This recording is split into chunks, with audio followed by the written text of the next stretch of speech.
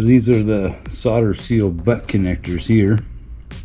They have a blob of solder in the center, and on each end they have a sealant, and then the clear tube there is also a shrink wrap. So here's what we do. We just I put a little flux on my wire. You insert them so that your stripped end gets into where the solder is. Basically that's it right there. So anyway, now we're going to heat it up.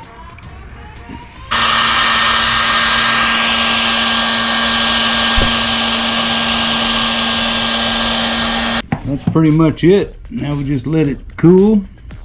So there's your finished end. The solder is thoroughly melted there in the center. The sealant is melted, and it also, the jacketed shrink wrap tube is completely sealed. This will not pull apart. It's a great seal, great way to join two wire ends together.